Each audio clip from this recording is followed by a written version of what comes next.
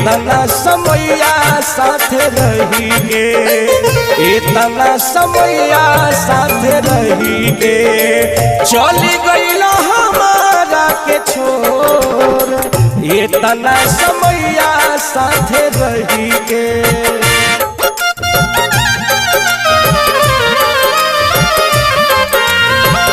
जियो जोड़ा नहीं है हमारे मुन्ना बिहारी जी का, आप भी देखते रहिए, इंटरटेनमेंट करते रहिए। गजब की बात बताते हैं हमारे मुन्ना बिहारी भाई, भोजपुरी क्षेत्र के सरताज है हमारे भाई। क्या बात है, जियो।